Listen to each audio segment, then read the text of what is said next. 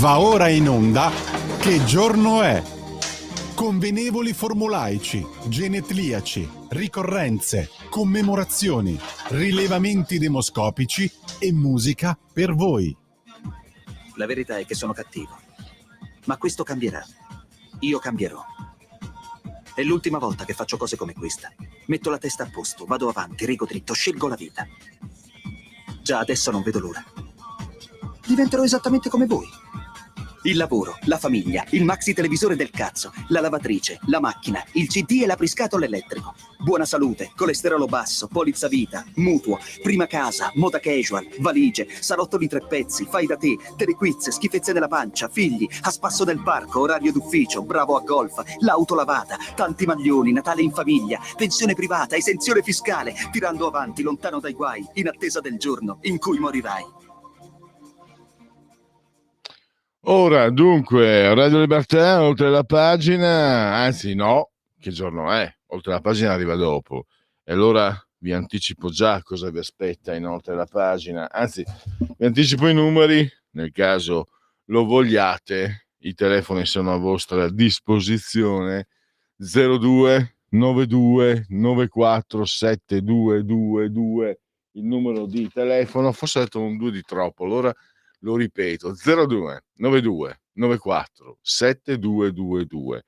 Invece il servizio WhatsApp gratis, a gratis, un applauso alla parola gratis, 340 670 9659. Carne al fuoco per oltre la pagina, direi argomenti davvero interessanti. Parliamo di Europa. Ne parleremo con Corrado Ocone, perché innanzitutto lo usiamo come mezzo, come strumento, come pretesto. Il Qatargate, ritorno di fiamma del Qatargate. No, io non sono garantista, cioè alla mia età il garantismo lo lascio a quelli giovani. Alla mia età chi mi sta sulle balle è colpevole a prescindere. Mi stai sulle palle, sei colpevole. Invece se mi sei simpatico sei innocente a prescindere.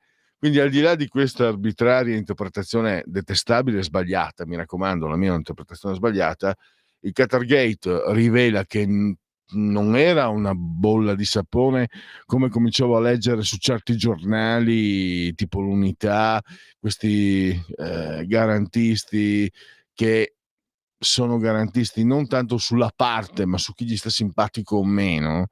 Quindi se uno di destra gli è simpatico sono garantisti, se uno è di sinistra gli è antipatico non sono più garantisti. Ecco, stanno emergendo, ci sono la Gualmini e la Lady Like, vi ricordate, l'europarlamentare vicentina, che sarebbero indagate. Ma questo è un pretesto per parlare dell'Europa, nel senso che l'Europa, non lo scopro io, sta attraversando un periodo di crisi molto, molto importante. Lo dimostrano anche le percentuali dei voti. In Italia sotto il 50% l'ultimo europeo, in Francia sotto il 50% anche in Francia l'ultimo europeo, poi fanno le politiche nazionali 70%. In Germania non mi ricordo quanto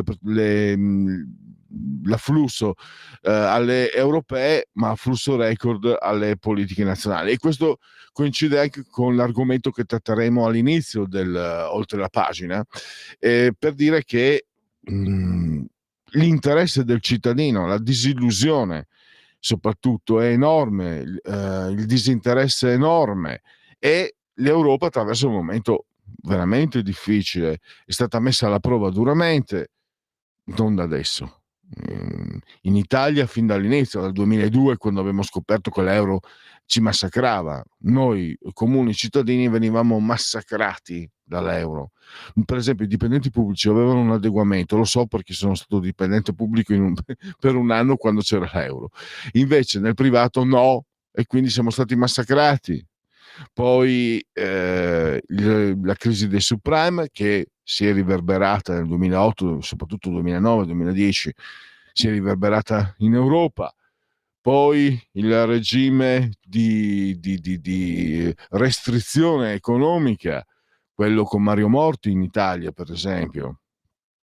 Poi, tanto per non farci mancare nulla, è arrivato il Covid, è arrivata la crisi energetica, è arrivata la crisi ucraina e soprattutto stanno venendo a mancare sempre di più dei leader di riferimento autorevoli che prospettino delle soluzioni, delle vie d'uscita. E allora ne parleremo con Corrado Cone, perché lui fa risalire anche questa crisi, non mi riferisco ovviamente al Qatargate, la fa riferire anche all'anti-americanismo dell'Europa, un anti-americanismo che ha origini comuniste di sinistra e soprattutto un anti-americanismo che ha origini massimaliste. Fascismo, nazismo e comunismo sono sempre stati anti-americani. Fascismo e nazismo sono anche entrati in guerra con gli Stati Uniti. E questo, secondo la sua analisi, è un handicap per l'Europa, perché all'Europa non conviene essere contro gli Stati Uniti, che sono comunque una nazione di riferimento per chi crede ancora nei principi liberali. Poi c'è anche tutto il resto. Vi dicevo l'argomento all'inizio con Paolo Natale, parliamo proprio dello strumento del sondaggio, perché Paolo Natale in un articolo che passa sugli Stati Generali lo spiega. Vediamo che si scrivono pagine, aperture per dei decimali, precipita, Dagospia ci va a nozze, precipita, soprattutto se di mezzo ci sono Fratelli d'Italia, perché secondo me tra Roberto D'Agostino e qualcuno di Fratelli d'Italia ci deve essere qualcosa di personale, perché D'Agostino è sempre stato molto, insomma, anche ironico, invece con Fratelli d'Italia è piuttosto pesante, secondo la mia, per quello che vedo io.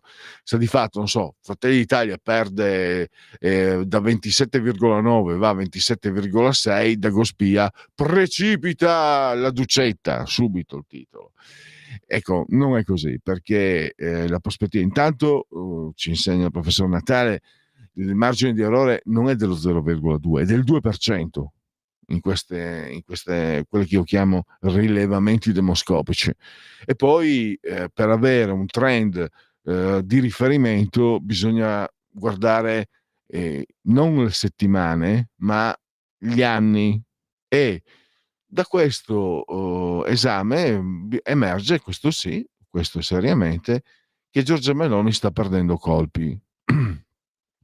L'apice lo ha avuto chiaramente il momento delle elezioni, nell'insediamento Palazzo Chigi, poi l'anno successivo ancora molto in alto, molto sopra il 50%, nell'ultimo anno, a partire dal 2024 appunto, e anche adesso, ha perso più del 10%. Diciamo, la platea che si sta allontanando da Giorgia Meloni è la platea chiamiamoli dei centristi, dei moderati, che non si riconoscono più, si sono comunque stancati. E poi ancora un altro articolo del professor Paolo Natale, l'offerta politica. In Germania ha portato l'elettore a recarsi alle urne per l'84,7% dei casi, se non sbaglio, se sbaglio i decimali correggetemi pure. In Italia non succede lo stesso. Allora, io stesso avevo detto l'altro lunedì dopo il voto, si vede che in Germania l'offerta sul mercato politico è migliore di quella italiana. In realtà ci sono dei principi, delle argomentazioni diverse. Un'altra argomentazione è che mentre in Germania l'AfD ha fatto paura, ha spaventato l'elettore moderato, in Italia evidentemente Fratelli d'Italia, ma anche, perché non dirlo, anche noi della Lega non facciamo paura, non hanno paura, l'elettore moderato non ha paura che con Meloni e Salvini si perda la democrazia, si perdono i principi democratici. In Germania è accaduto quello che succede ormai da tanti anni con le Front National, che non si chiama più le Front National, perché questa è una mia lettura personale, ma penso che sia abbastanza corretta. Le Pen, il nome e il cognome Le Pen, tanto è anche scomparso il papà di Marine Le Pen qualche tempo fa, però è un cognome pesante, ingombrante. Infatti ha mandato avanti Bardella in Germania è un cognome, e in Francia Le Pen è un cognome che evoca ancora qualcosa di imbarazzante, qualcosa che è meglio mettere sotto il tappeto. E anche lì in questo caso si è visto in tante situazioni elettorali, a dire la verità, non solo quella degli ultimi 2 o 3, ma anche precedentemente, quando a candidarsi presidente, per esempio, era proprio il papà di Marine Le Pen, si è visto che le persone andavano a votare e votavano contro. Quindi un quadro sicuramente diverso. Anche qualche riflessione sul fatto che, nonostante un certo tipo di messaggio mediatico, di propaganda mediatica, evidentemente la persona comune non pensa, che non crede che, come l'ho appena detto, Giorgia Meloni e Matteo Salvini possono mettere a repentaglio la democrazia in Italia. Mentre in Germania qualcuno pensa, evidentemente più di qualcuno ha avuto paura, anche se va detto, qualcuno ha detto che il 20% dell'FD è stato ottenuto anche dalla platea degli assenteisti, insomma, di coloro che non sono andati a votare nelle precedenti elezioni. Anche questo è stato detto. E poi sentiremo Paolo Natale. Allora, questo è quello che vi aspetta nel quadro del Oltre la pagina, che andrà in onda a partire dalle 13:35. Invece questo è Che giorno è? Che giorno è, insieme a Francesco il Magnifico sulla tolda di comando, in regia tecnica, magnificamente in simultanea con voi, quando sono scoccate le 12:56 addirittura. I convenevoli formulaici, quindi un abbraccio forte forte forte forte forte forte alla signora Clotilde, alla signora Carmela e alla signora Adrianangela. Chiedo scusa, sto lambiccando con gli strumenti elettronici, quindi un particolare abbraccio forte forte forte a loro. Vi ricordo che il supporto per seguire Radio Libertà, i supporti sono molteplici, a partire dalla Radio DAB, e poi il sito radiolibertà.net, e poi Alexa accendi Radio Libertà, passaparola, ve ne saremo riconoscenti. E poi ancora l'applicazione iOS e Android, che vi permette di seguirci ovunque voi siate, poi Twitch, il social di ultima generazione, la Radio DAB l'ho appena nominata, naturalmente il profilo Facebook, che vi permette di orientarvi attraverso la nostra programmazione, dove troverete ogni notte che il cielo manda in terra la sinossi delle interviste che poi ritroverete in Oltre la pagina, a disposizione degli uomini e delle donne di buona volontà.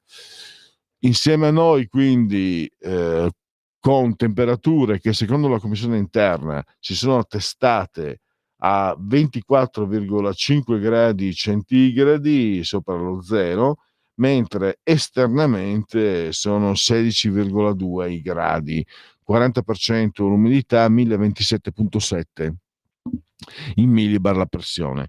Francesco Dio, siamo sospesi a 137,6 metri sopra il livello del mare. Questo è quello che quindi concerne i convenevoli formulaici. Quello che ascolterete nel corso di Oltre la pagina, ve l'ho detto. Mi manca, ci sono i sondaggetti, i rilevamenti demoscopici, e c'è anche la musica per voi. E oggi siamo, diciamo, monotematici, perché siamo con il meglio del meglio, cioè siamo con Lucio Battisti, e quindi direi che meglio di così non si può fare. Tra l'altro, ve lo anticipo, ci sarà il Battisti classico nella scaletta che ho preparato, ma anche quello dei dischi bianchi, quelli con Panella, e non voglio sentire ragione, perché ogni tanto senti: no, ma il Battisti, quello dei dischi bianchi non mi... Allora, se tu sei un ignorante, una capra che non capisce nulla, no, va bene, cioè, anch'io sono ignorante, in tante cose sono ignorante, capra che non capisce nulla, ma stieniti, stai zitto, non esprimerti, perché io mi sono a me sono sempre piaciuti, mi sono confrontato con esperti addetti ai lavori e mi hanno confermato, mi è andata bene, vuol dire che i miei gusti erano azzeccati, che si tratta di dischi di grande qualità, dischi che anticipavano anche tecnicamente i tempi. Quindi sentiremo anche il Battisti bianco. 12:59, allora mi fanno cenno di andare all'intervallo, fatemi vedere se c'è qualche... Ciao D'Antonio, buon mercoledì a te. Eh, Oggi sarebbe stato il compleanno di Lucio Battisti e infatti l'ho appena ricordato Antonio, quindi ti accontenteremo. Intervallo. Stai ascoltando Radio Libertà, la tua voce libera, senza filtri né censure, la tua radio.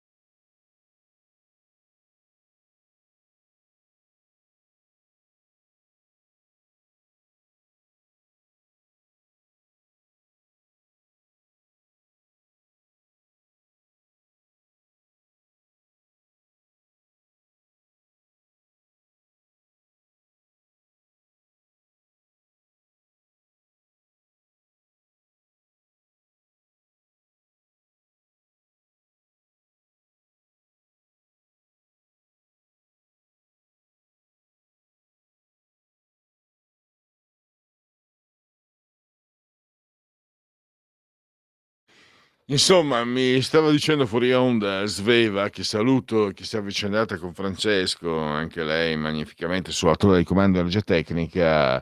Ieri Lucio Dalla, oggi Lucio Battisti, insomma, e io l'ho detto che non è sempre così, perché affidandomi ai genetriaci ci sono anche dei giorni di magra, ci sono anche dei giorni di quaresima che chi non segue il rito ambrosiano osserva da oggi.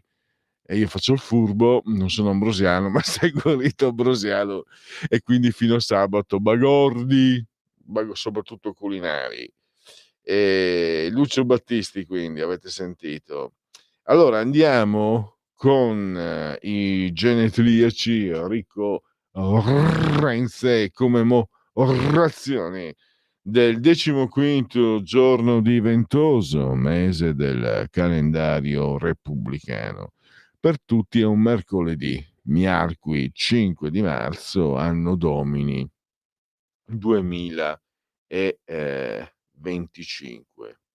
Credo che fosse o il 4 o il 5 di marzo anche il giorno di Quaresima del 1982 e me lo ricordo, Sveva, perché a Venezia, l'ultimo di Carnevale, mi svegliai io e un altro amico, ci svegliamo sotto un ponte, non vi dico come mai ci eravamo addormentati, insomma, giovani, ci si diverte, libagioni abbondanti, e ci siamo svegliati coperti di neve, che francamente il 4 di marzo era abbastanza inaudito, e nevicò su tutto il Triveneto, e non solo il Triveneto.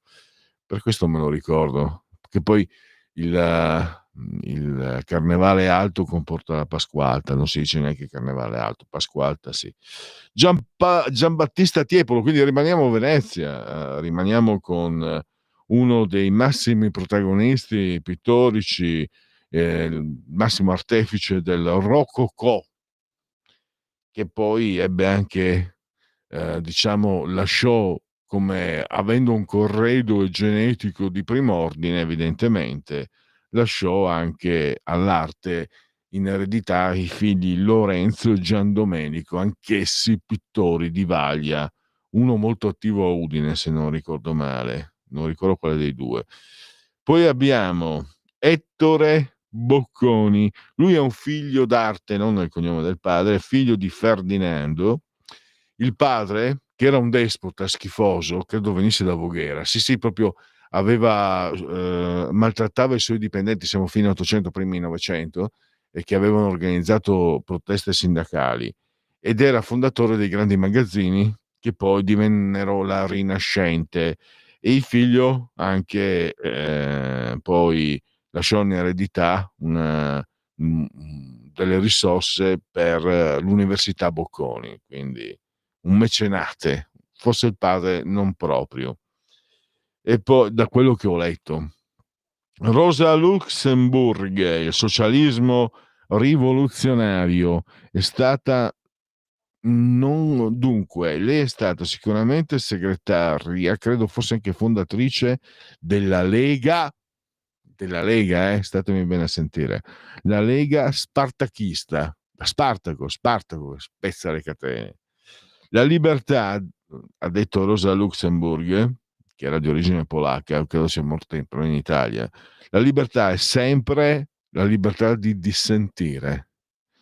Io direi che questa frase andrebbe scolpita, perché noi siamo Radio Libertà. Io vi ho detto che, come disse Goschi, nessun uomo è libero, non esiste la libertà, perché anche la roccia non è libera, perché aspetta il tempo che la riduca in polvere, o l'acqua che la riduca in polvere. Ci sono due traduzioni diverse. Credo che però Rosa Luxemburg ci dia un bel riferimento. La libertà è la libertà di dissentire,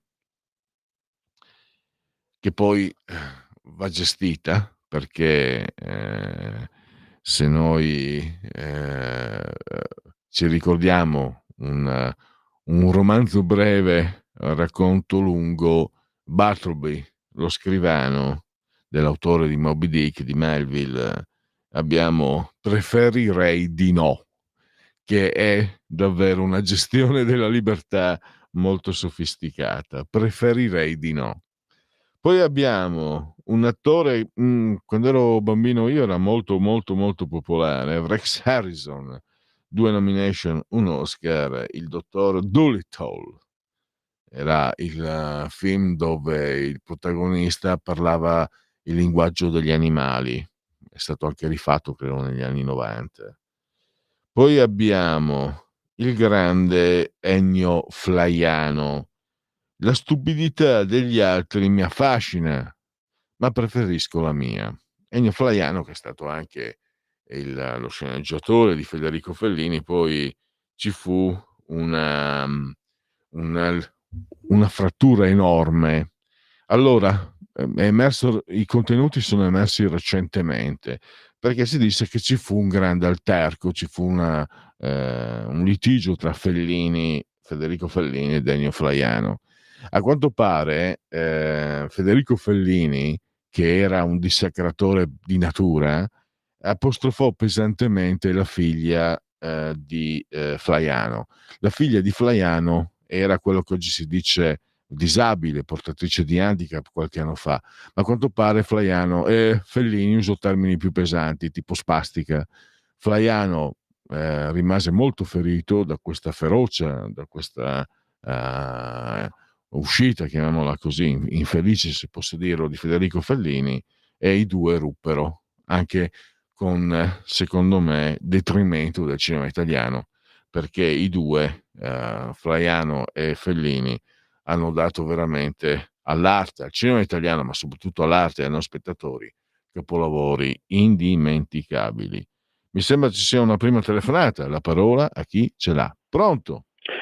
Ciao, sono Vito. Io penso Ciao. che per quanto riguarda la libertà, in qualsiasi condizione sociale, di salute o anche politica, il pensiero cosciente, ma attenzione, il pensiero cosciente comunque è e rimarrà sempre libero e volerà sempre alto al di sopra della miseria della gente e di quello che può essere la realtà. Forse è una realtà virtuale, un'utopia, ma io credo che il pensiero comunque rimarrà sempre libero.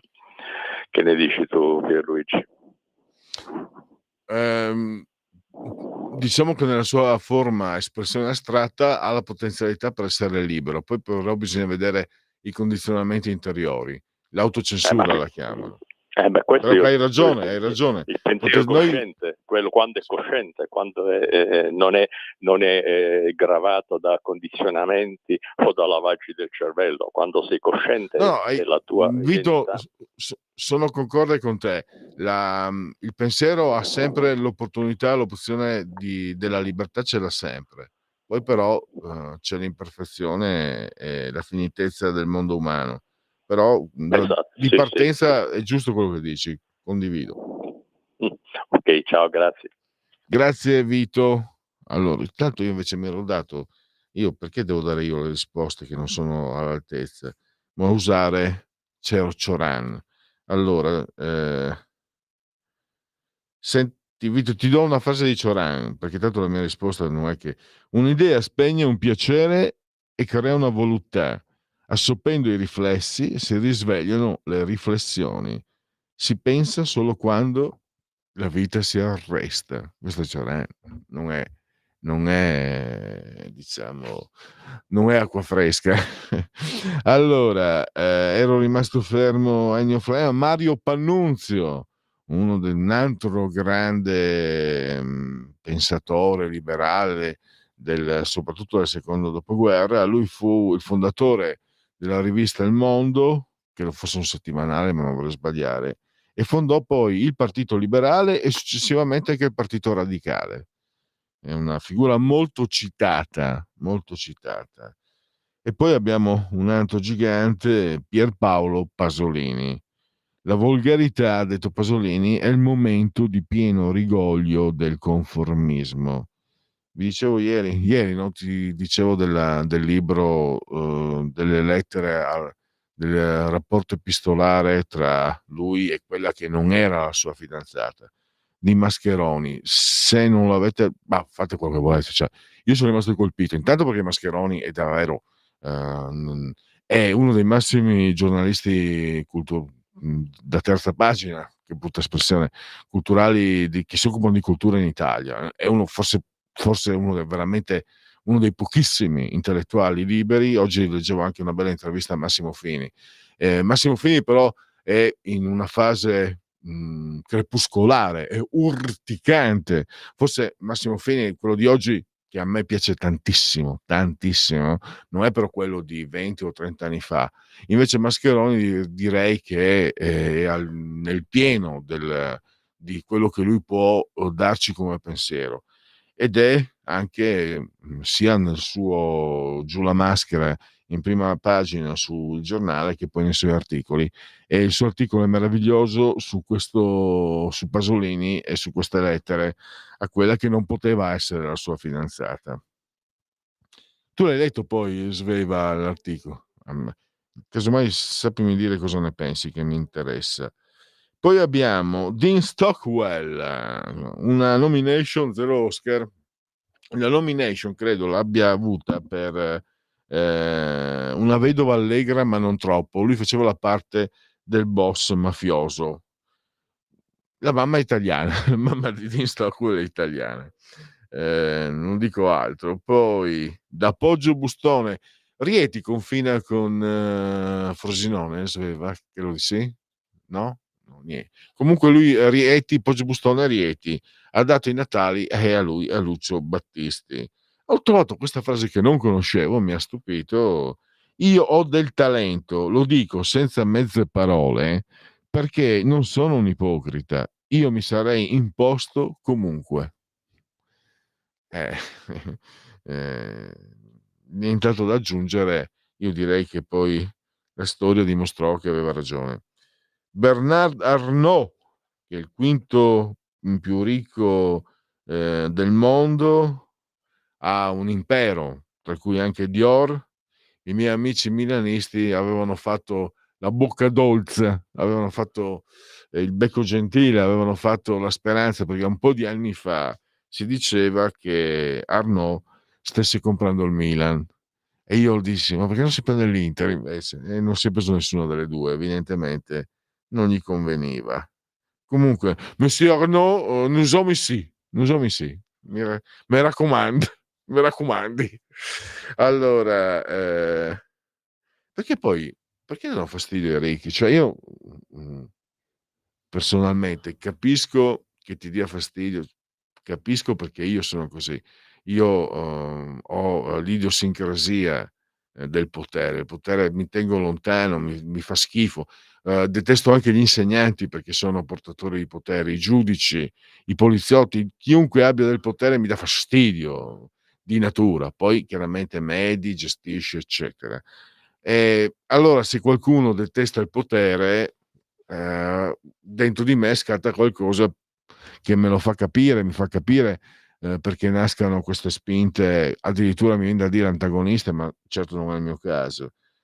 Ma i ricchi, perché invidiare? Adesso è pieno di trasmissioni, soprattutto poi mi fa ridere, perché queste trasmissioni vanno in onda, c'è la Berlinguer, poi c'è quell'altro del Debbio, eccetera, su Rete 4, cioè sulla TV di non un ricco, di uno strariccone, e sono queste trasmissioni che mettono alla berlina i ricchi. Certo, sono ricchi un po' volgari, sono ricchi un po' trash, sono ricchi un po' esibizionisti, ma se uno non ha rubato, se uno paga le tasse, perché tanto odio? Anche perché, per quello che vedo io, cioè adesso al di là di riflessioni che lasciano il tempo che trovano, come possono essere la mia, dal punto di vista tecnico, la ricchezza porta ricchezza. Mio padre diceva i soldi fanno soldi, aveva ragione.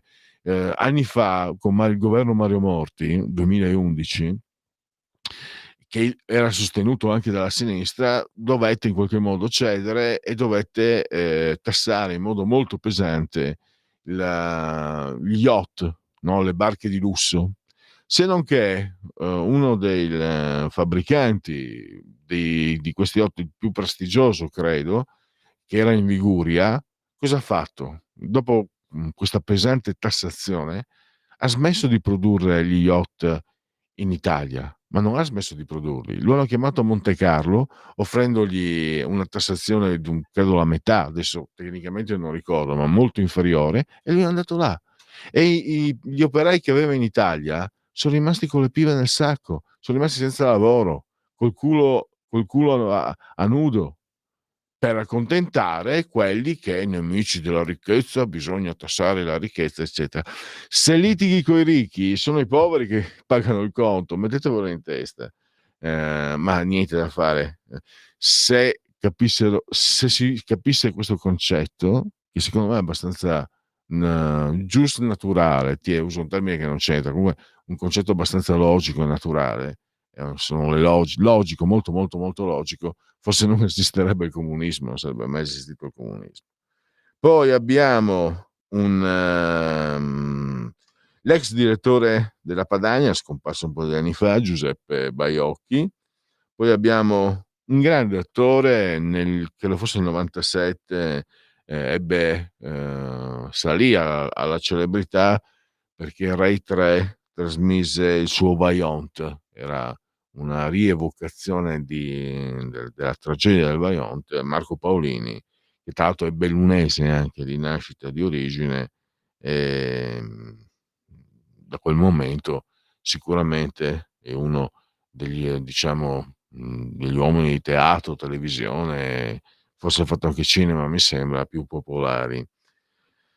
Allora, internet è quel posto, se sei di Belluno è chiaro che parli così, internet è quel posto dove ogni mona scrive per l'universo, ogni mona è perfetto. E poi abbiamo un orobico, anzi no scusate, un romagnolo che ha giocato anche nell'Inter, da Cesena, Adriano Pieraccini, che è stato appunto, ha vestito la gloriosa maglia della beneamata Eva della Caridad Mendez, la bellissima Eva Mendes, che ha recitato credo in più di qualche Fast and Furious. Lei è di origine cubana, davvero molto molto, se posso dirlo, senza sembrare troppo sessista o patriarcale o quant'altro, è molto bella davvero, molto molto seducente, molto affascinante. Buon per lei naturalmente, di bellezza non ce n'è mai abbastanza. Invece non ce n'è mai abbastanza di Lucio Battisti, ancora un Lucio Battisti, e poi andiamo a chiudere il Che giorno è con i sondaggetti.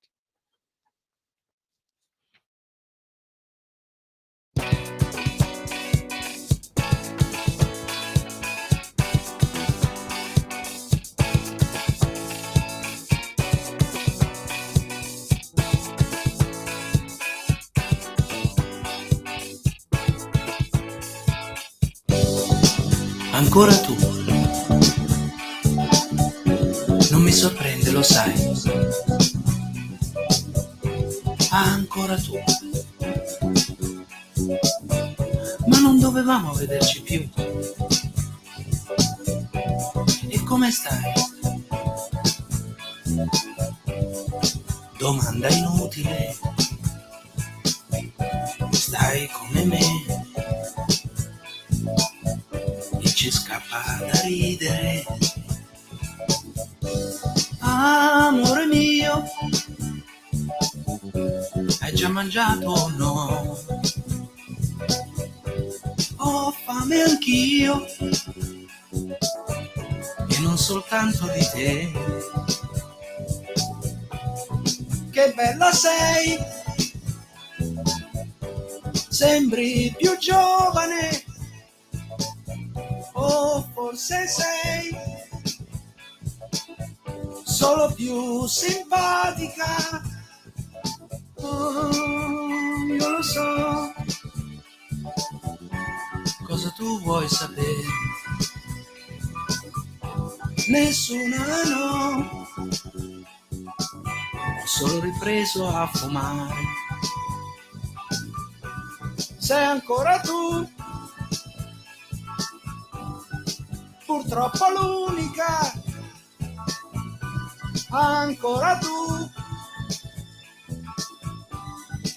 l'incorreggibile, ma lasciarti non è possibile, no, lasciarti non è possibile, lasciarti non è possibile, no, lasciarti non è possibile.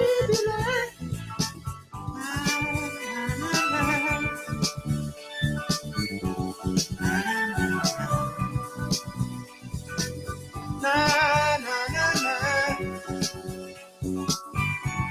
Na, na, na, na. Sei ancora tu, purtroppo l'unica, ancora tu, l'incorreggibile, ma lasciarti non è possibile, no, lasciarti non è possibile, lasciarti non è possibile, no, lasciarti non è possibile.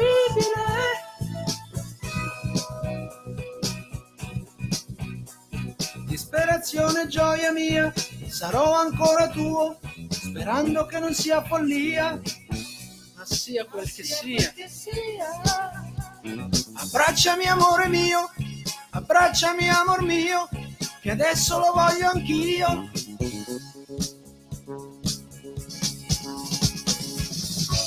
Ancora tu, non mi sorprende, lo sai. Ancora tu, ma non dovevamo vederci più. E come stai? Domanda inutile. Stai come me e ci scappa da ridere.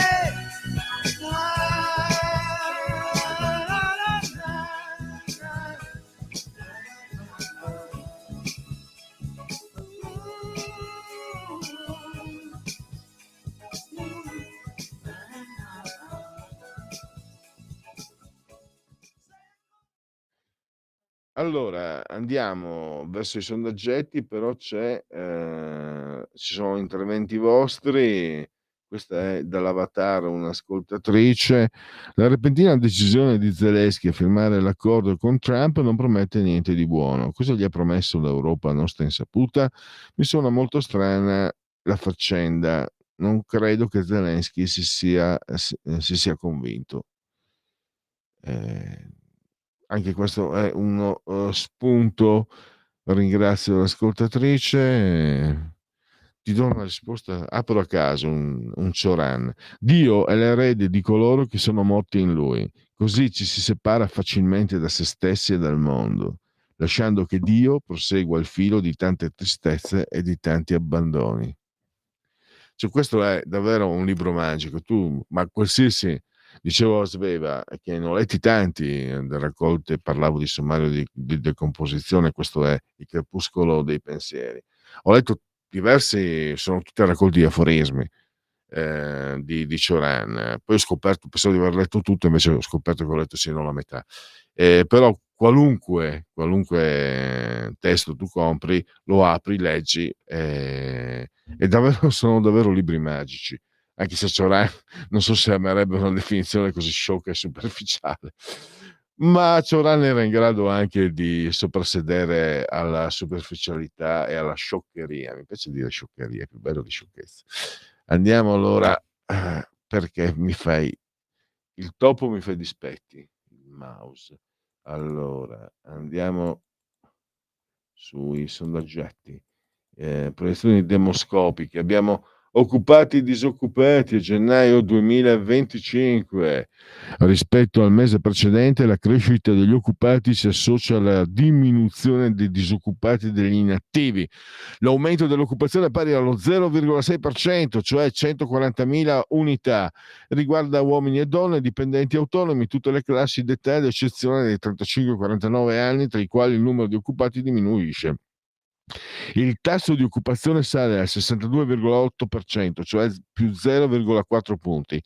Togliamo, nel caso ci fosse la condivision, e passiamo all'altro dato Istat.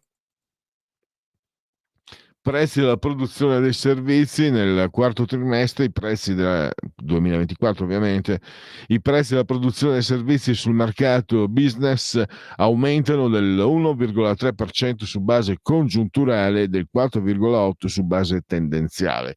Era il 4,4% trimestre precedente, questo quindi è un dato non positivo. Chiudiamo con Division e andiamo con il sondaggetto vero e proprio. Oggi è il momento dell'SVG da Trieste, committente la 7. E allora abbiamo Fratelli d'Italia 30 tondo, poi abbiamo PD 22,5, 5 Stelle 12, Forza Italia 9,4, Lega 8,3, Verdi e Sinistra 6,5, Azione Calenda 3,4, Italia Viva 2,6. Allora, quindi Renzi 2,6. 13:31, chiudiamo, ho già sforato di un minuto. Tra poco con il professor Paolo Natale per parlare proprio di sondaggi. Avete ascoltato Che giorno è? Scegliete la vita. Scegliete un lavoro. Scegliete una carriera. Scegliete la famiglia. Scegliete un maxi televisore del cazzo. Scegliete lavatrici, macchine, lettori CD e apriscatole elettrici.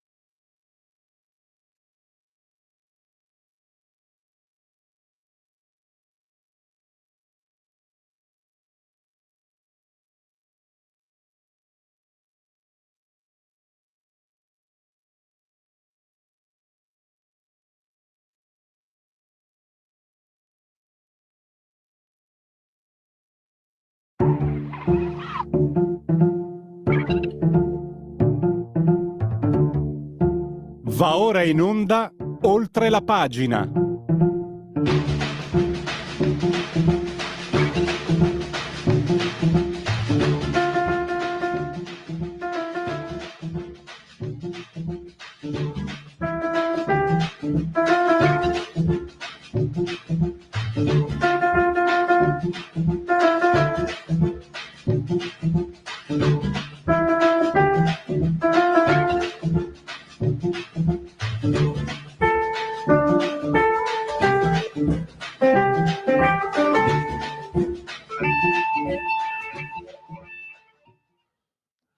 Allora, eccoci con Oltre la pagina, affrontiamo il primo argomento di Oltre la pagina e andiamo a parlare dei rilevamenti demoscopici, i sondaggetti, come li chiamo io. Tra poco dovremo avere in linea il professor Paolo Natale, che ci spiega. Lui, allora, il professor Paolo Natale è docente di scienze politiche e anche consulente Ipsos, quindi proprio un addetto ai lavori, completamente addetto ai lavori, e leggiamo spesso i suoi articoli anche sugli statigenerali.com. E lo ascoltiamo, abbiamo il piacere di ascoltarlo ai nostri microfoni. Bentornato professore e grazie per essere qui con noi. Buongiorno, sono in macchina, quindi speriamo che si senta bene. Sì, per il momento sì. Professore, allora partiamo, ci sono due argomenti, no? Cioè la tendenza dei sondaggi che va rilevata in termini ampi, non settimana per settimana, poi Certo. questo ci rivela che Giorgia Meloni sta perdendo colpi, e poi in Germania, ecco, partiamo da questo, l'ultimo articolo suo, professore. In Germania 87, 84, 87%. La mia prima riflessione era stata: si vede che il mercato della politica è più, diciamo, appetibile in Germania che in Italia. Però poi ho pensato, non è che in Germania AfD abbia fatto paura, mentre in Italia tutto sommato Meloni, ci metto anche la Lega, così tanta paura non fanno, quindi l'elettore moderato non va disperatamente alle urne. Lei stesso diceva che la tendenza degli ultimi anni, in precedenti interviste, la tendenza degli ultimi anni mostra che l'astensione non favorisce più la sinistra, ma anzi addirittura la destra. Volevo partire da qui e poi Sì. facciamo un discorso più ampio. Sì, diciamo che entrambe le affermazioni mi sembrano corrette, cioè da una parte il fatto che comunque anche alle ultime elezioni si sapeva, insomma, grosso modo che la Meloni e il centrodestra avrebbero vinto le elezioni, non c'è stato questo problema di correre in massa per evitare questa vittoria della destra, cosa che invece è accaduta in particolare appunto in Francia e in Germania.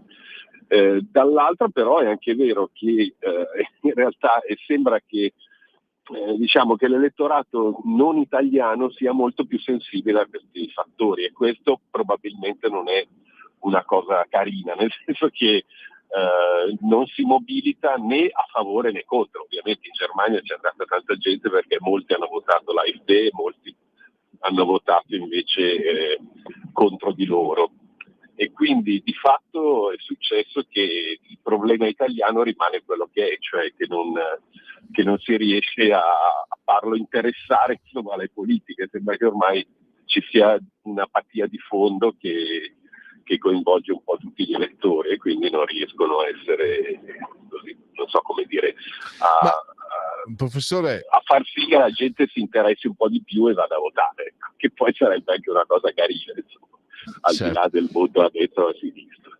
Ma è una domanda, questa generica, poi torniamo nel merito perché è molto interessante quello che lei ha spiegato nel primo articolo di cui parlavo. Ma ecco, genericamente, questo è una dimostrazione di una certa disillusione che ha preso gli italiani, o è quel cinismo antico di chi, come gli italiani, hanno conosciuto l'impero romano, hanno conosciuto il fascismo, insomma, gli italiani di tutte le lande ne hanno viste talmente tante che più di tanto non si scaldano.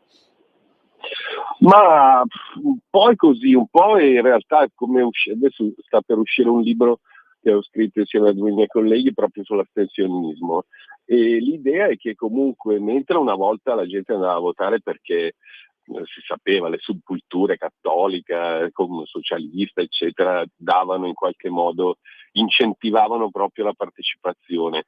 Adesso un po' alla volta con la secolarizzazione, queste robe qui, ormai la gente non ha più parrocchie da difendere, per così dire, tranne ovviamente alcuni, non tutti, ma insomma una buona 30-40% degli italiani non si sentono più affiliati a nessuna parrocchia, chiamiamola così, e quindi dicono ma in fondo anche se io vado o non vado non cambia nulla e quindi me ne sto a casa.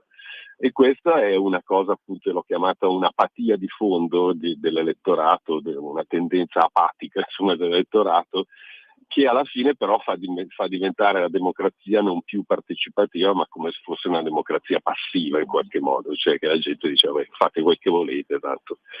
Con l'idea anche che tutto sommato la politica conti sempre meno, cioè ci sono i potentati economici, finanziari, eccetera, che forse sono più influenti e la politica può fare poco. Ecco. Poi Professore, adesso c'è Trump, per cui forse la cosa è un po' diversa. Professore, intanto io la prenoto per quando uscirà il libro perché mi interessa moltissimo, e anche i nostri ascoltatori. Allora, mi ha colpito, secondo me è molto molto azzeccato il paragone che lei faceva con il calcio, i sondaggi del calcio, no? Una sconfitta, soprattutto poi delle grandi squadre, un pareggio fa parlare per settimane i giornali, le trasmissioni televisive, eccetera, ma in realtà poi quello che conta è la classifica. Ma appunto nel calcio ogni settimana c'è la classifica, nei sondaggi in realtà la classifica arriva ogni 4-5 anni, poi per carità c'è le classifiche tra regionali, europee, politiche sono comunque sono tre classifiche differenti. Allora diamo dei riferimenti, professore, come ha fatto lei nel suo articolo, diamolo anche ai nostri ascoltatori come devono leggere questi sondaggi. Intanto la percentuale di errore è del più o meno 2%, quindi lo 0,2 è il decimale, leggiamo sui giornali, crollo di Fratelli d'Italia, crollo del PD, crollo di questo, crollo di quello, ma se uno 0,2 o 0,3, francamente, visto che poi i rilevamenti demoscopici avvengono settimana per settimana, normalmente. Sì, direi di sì. No, effettivamente è così. Tra l'altro appunto, ho scritto oggi anche un post in cui ieri c'era Repubblica o il Corriere, non so chi, insomma, che diceva allora la Meloni crolla e invece avanza Lega e Forza Italia, poi vado a vedere c'era più 0,1, più 0,2, dico vabbè, un grande crollo di avanzamento. Però vabbè, è vero che cioè, i giornalisti, i giornali, le trasmissioni televisive, eccetera, devono fare audience per cui enfatizzano magari delle scemenze, per cui, mentre invece l'idea di fondo è che appunto, come scrivevo nell'articolo, se il Monza vince una partita, poverino che vincerà una all'anno, mi sembra ormai, ovviamente tutti sono contenti, però vanno a vedere la classifica e vedono che è ultimo e quindi immediatamente c'è la percezione delle cose come stanno, mentre nei sondaggi sì, si sa che a Meloni piace al 40%, però sapendo che 2 anni fa piaceva al 58%, uno si rende maggiormente conto che c'è qualcosa di diverso. Ecco, allora entriamo proprio nel merito di questa analisi. Professore, anche lei ha passato di calcio, me lo faccia ricordare. 2 o 3 anni fa c'era qualcuno che aveva promesso un pullman di signorine al Monza, il Monza vinceva con la nostra Inter, con la Juve, col Milan. Questo qualcuno non c'è più e il Monza adesso è ultimo in classifica e bisogna rassegnarsi. Allora, il trend di Giorgia Meloni, valutato come lo devono fare gli studiosi di statistica, è un trend che sta perdendo.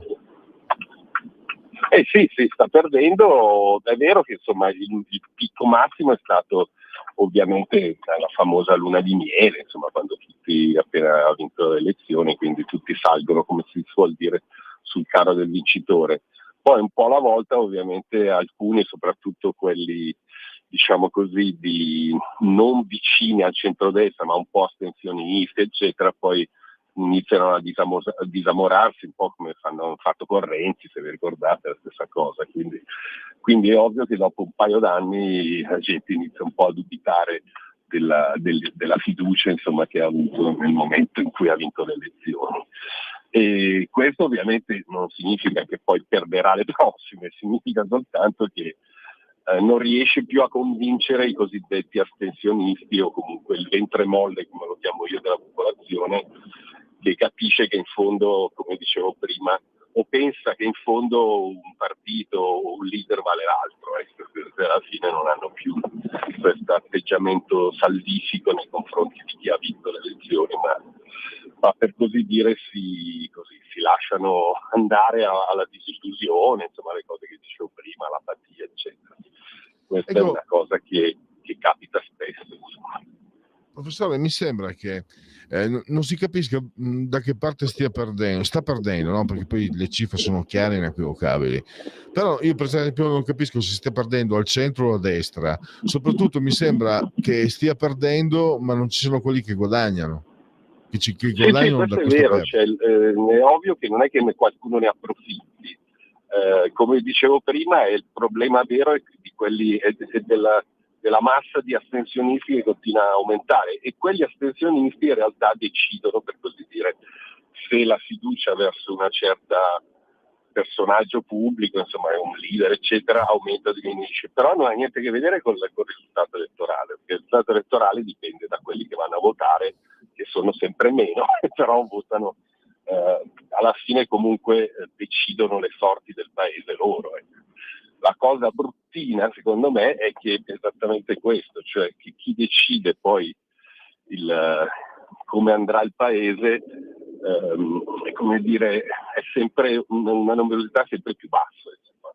E alla fine noi, insomma, le decisioni che vengono prese per il paese, l'Italia, la Francia o quello che è, dipendono sempre da sempre meno persone, quindi non è più una vera democrazia partecipativa, come direbbe Gaber, insomma, ma è sempre meno.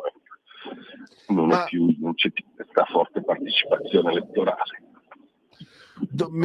La curiosità è dove comincia cosa, nel senso, questa mancanza di partecipazione è dovuta a un declassamento, un impoverimento della classe politica. In tanti lo dicono, dopo Tangentopoli la classe politica ha cominciato a impoverirsi, o la mancata partecipazione e la disillusione ha provocato l'impoverimento della classe politica, nel senso che comunque è vero che nei tempi di globalizzazione una volta Fanfani faceva i piani quinquennali, adesso un governo non può neanche fare i piani, che sia di destra o di sinistra, sia chiaro, lo dico per tutti, non riesce neanche a fare un piano di 5 settimane.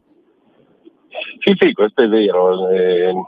È un po' con le due cose che ha detto, che forse diciamo che un gatto che un cane, un gatto che si morde la coda, cioè da una parte si impoverisce anche la classe politica e dall'altra si impoveriscono anche le aspettative degli elettori, e quindi alla fine i politici sono sempre meno preparati, come sappiamo, insomma, negli ultimi governi sappiamo, tranne un paio di occasioni, che adesso non voglio parlare di alcuni ministri attuali come Lollobrigida, ma comunque in generale non c'è una grande classe politica come c'era una volta, lo stesso Fanfani, che pure era odiato o amato a seconda delle, però almeno tutti li riconoscevano per una grande capacità, o Andrea Botti.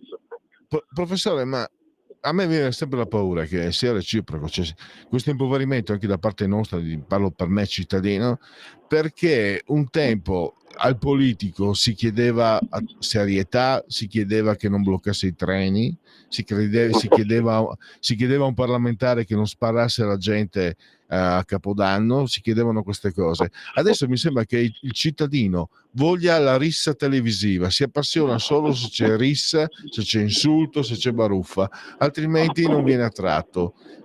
Mi sembra questo, cioè che anche noi cittadini siamo peggiorati. Personale. Io una volta andavo in TV, adesso non le dico quale trasmissione, ma comunque a un certo punto non mi hanno più chiamato, io ho chiesto alla segretaria, quella che fa insomma le convocazioni, e dico: ma come mai?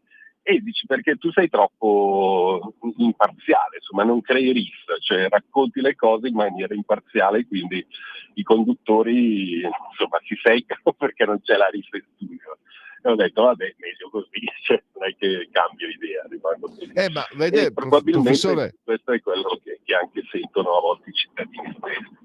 Questo è quello che è emerso dai giornali. L'ex direttore del giornale, Minzolini, aveva una trasmissione, credo su Rete 4, che aveva degli ottimi ascolti. però non gliel'hanno rinnovata, ed è emerso sui giornali che non gliel'hanno rinnovata proprio perché era una trasmissione equilibrata, riflessiva. Cioè, adesso anche qui non riesco a trovare la risposta, cioè siamo noi che vogliamo la rissa o è chi comanda che vuole la rissa per governare più facilmente?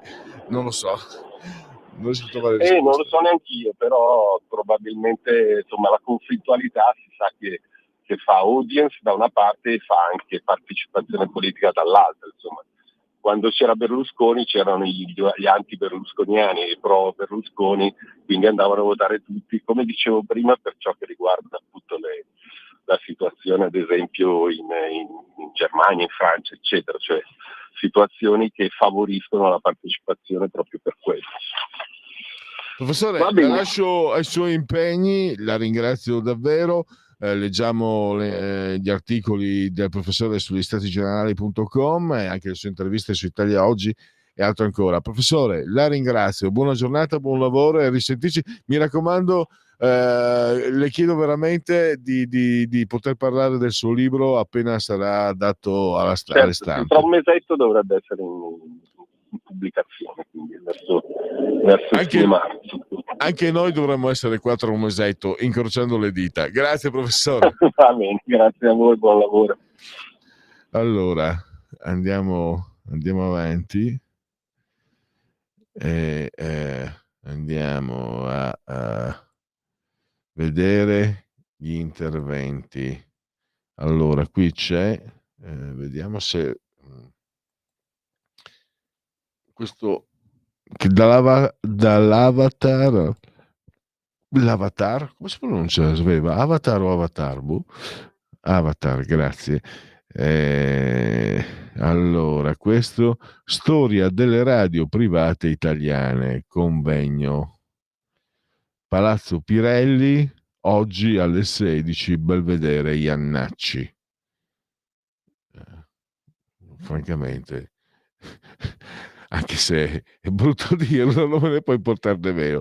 Le radio private l'ho sempre detestate, ve l'ho sempre detto, e quindi non proprio. Ho sempre trovato che le radio private, quando arriva l'FM negli anni 70, arrivano le radio private, tutti sono entusiasti con i loro microfoni, io francamente la trovo una cosa di una stupidità incredibile. Anch'io sono cresciuto a radio, ma la radio è la radio Rai e anche Radio Radicale. Poi il resto, francamente, per me è sempre stato, lo confesso, è sempre stato spazzatura. Allora, però comunque invece so che tanti di voi sono appassionati alle radio, gli fanno compagnia, buon per voi, o forse non lo so. Se avete bisogno delle compagnie delle radio private, qualche perplessità la nutro, ma sono fatti vostri, non miei, e quindi c'è addirittura la prenotazione obbligatoria per partecipare a questo convegno, addirittura. Sì, perché voi siete in tanti, sono quelli come me che sono in pochi. Meglio soli che male accompagnati. Vediamo un po' invece, diamo le informazioni complete. Partecipa a questo convegno Federico Romani, che è il presidente del Consiglio regionale, Stefano Bellisari, Elio La Storia Tesa, Piero Cozzi, cofondatore di Radio Milano International, Alex Peroni, che è un autore, e mi fa venire in mente la birra, Fernando Proce, speaker di Radio 101, ecco. Anche lì, quando io sento Radio 101 mi dispiace, sarò snob, magari sono radical chic dentro, sono di sinistra dentro, Dio non voglia, ma quando sento Radio 101, quelle altre robe lì, mamma mia, mi viene l'orticaria. Davide Rossi, presidente FIPI. E comunque io l'informazione ve l'ho data e quindi ho fatto, come si dice dalla mia parte, la parte del mio dovere. E ringrazio comunque, al di là della mia ironia forse fuori luogo, ringrazio l'ascoltatore che ci ha messo al corrente di queste informazioni. Max l'ascoltatore, eccolo qua, vedo, ho individuato il suo avatar. E poi Napoli, il trucco sempre più diffuso, così sfuggono le multe. Boom di auto con targhe straniere a Napoli, un sistema per aggirare tasse e multe. Il governo interviene. Adesso ho lapsus menti, perché allora credo sia andata così. Io avevo preparato la sinossi, avevo preparato le interviste, poi però Maurizio Tortorella non era libero, perché Maurizio Tortorella aveva, non mi ricordo più se ne ho parlato o se non ho parlato, dico questo è Vito se non sbaglio, su Panorama aveva pubblicato un articolo dove spiegava come a Napoli ci fosse un boom di auto con targa polacca, di proprietà italiana però, e forse proprio per questo, per non pagare le multe, per non pagare le tasse, eccetera, eccetera, eccetera. Non ho altro da aggiungere. Allora, ogni considerazione. È morto Bruno Pizzul per gli amanti dello sport, quindi la mancanza di un'icona. C'è scritto proprio leggo quello che è scritto sulla ansa.it, icona del giornalismo sportivo. Raccontò le notti magiche d'Italia 90. Aveva 86 anni, era un classe 1938. È stato il commentatore delle partite della nazionale fino al 2002. Trump, l'America è tornata, ci prenderemo la Groenlandia, spezzeremo le reni alla Groenlandia. Ora Zelensky è pronto alla pace. Il Papa ha riposato bene, per lui ossigenoterapia ad alti flussi.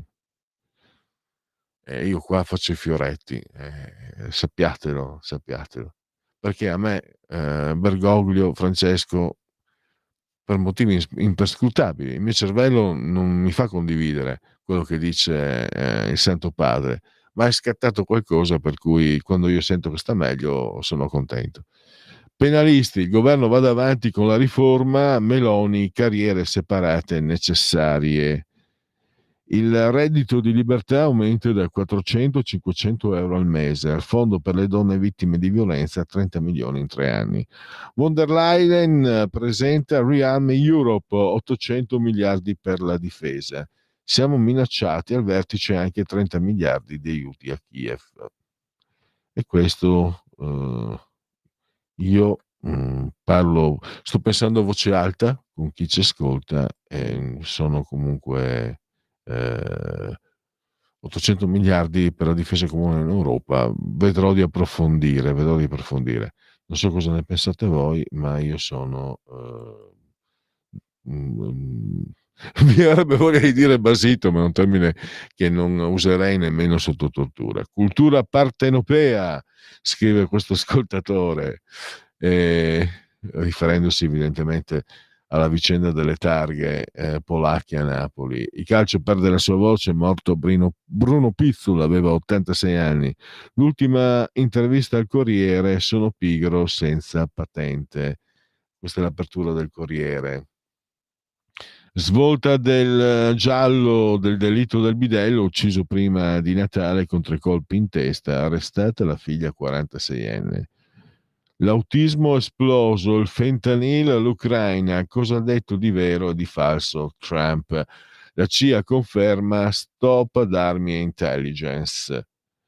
E qua c'è Milena Gabanelli che ci racconta come Trump sta demolendo la democrazia negli Stati Uniti.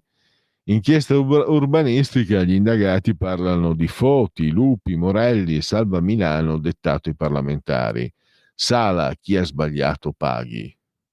E poi nota allo studente di 13 anni che non è salito sulla scala arcobaleno. Il padre a mio figlio tolta la libertà di pensiero. Scuola violenta. Questo mi era sfuggito a Verona. D'altronde se Verona mi elegge come sindaco un ex calciatore che era scarso anche come calciatore, se posso dirlo, era scarso, a me giocò anche in nazionale ma era scarso, non viene neanche più il nome, è chiaro che poi succedono queste cose. Stefania Nobile, gli 80 milioni in Albania con la Lamborghini, Vanna Marchi, arriverà la polizia. Insomma, cos'è che dissero queste ineffabili signore, madre e figlia, i coglioni vanno puniti, mi sembra una cosa del genere. E allora io chiudo questa parte dando la parola alla grande Sveva e naturalmente al grande Lucio Battisti. regalando, rivolgendo, dedicando una frase di nonno Tony Defende a queste due signore. Nini, riguarditi, una volta al Chan e l'altra agli Evri. Battisti.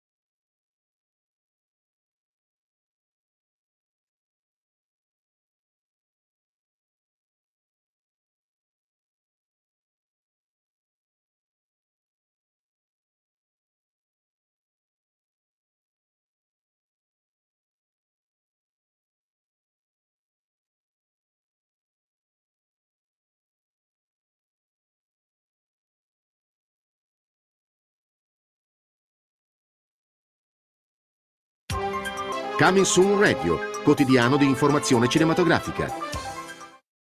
La critica è unanime. A Real Pain è uno dei migliori film dell'anno. Io e Dave siamo cugini. Nostra nonna era di qui, così Dave ha pensato a questo tour polacco geriatrico con voi, brave persone. Candidato a 2 premi Oscar. Gli voglio bene e lo odio e vorrei essere lui. A Real Pain, dal 27 febbraio solo al cinema. A febbraio... Va tutto bene, signora Darcy? Oh mio Dio, sotto quest'albero crescono uomini. Bridget Jones ritorna. Daniel! Piccolo Darcy, che si dice? Per un ultimo capitolo. Bridget Jones, è ora di vivere. Ti ho messa su Tinder. Bridget Jones, un amore di ragazzo, dal 27 febbraio al cinema. Nicola, hanno rapito un'altra giornalista a Baghdad. Se c'è la possibilità di trattiamo. Tratto da una storia vera. Mi chiamo Nicola Calipari, dirigo l'ufficio ricerca del Sismi. Più tentativi si fanno e più la confusione aumenta. E chi è che valuta questa confusione? Tu? Sì! Un'intensa performance. La riporto a casa, vero? La riporti. Il Nibbio, dal 6 marzo al cinema. A marzo. E lo sbirro diventa gangster. Il film più adrenalinico dell'anno. Tu non sei un killer, io sì. Arriva solo al cinema. Andiamo! Sei pronto? Ci puoi scommettere. Gerard Butler, nella tana dei lupi 2, Pantera. Nessuno può fregarmi. Dal 6 marzo al cinema.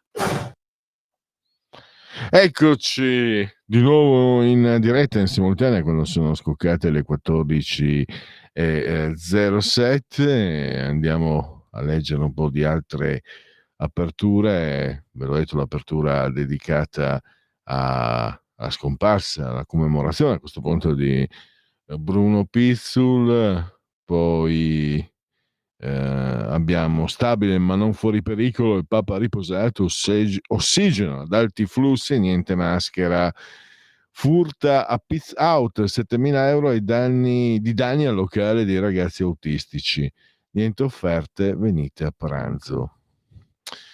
Vabbè, queste sono notizie che francamente danno il disgusto. Qui questa è una brutta notizia con una fine, cioè stuprò una barista a Vimercate, condannato a 14 anni, la pena più alta di quanto chiesto dall'accusa. Biglietti aerei perché cambia il prezzo anche in base al cliente, così decidiamo le tariffe. Gli alimenti che allungano la vita e quelli che la accorciano, i risultati del Maxi Studio. Questo lo trovate sul sito del Corriere.it. Professo un certo scetticismo perché secondo queste profezie, queste inchieste, queste indagini, tutte rigorosamente scientifiche, tutte giuste, ma il sottoscritto non dovrebbe più essere tra i più da tanti anni. Avrei dovuto veramente sparire, terminare da tanti anni, e invece addirittura sto diventando un vecchio ciccione di mezz'età, un vecchio obeso di mezz'età. Tra un po', quando scatta la mezz'età? Sveva 65, 70? Una volta la mezz'età, no, una volta a 50 anni eri di mezz'età, ma adesso ci sono tutti questi cinquantenni belli, pimpanti, palestrati, per non parlare delle donne, che adesso non voglio essere volgare, ma una cinquantenne, francamente, ci sono tante cinquantenni che sono veramente molto piacenti, molto belle da...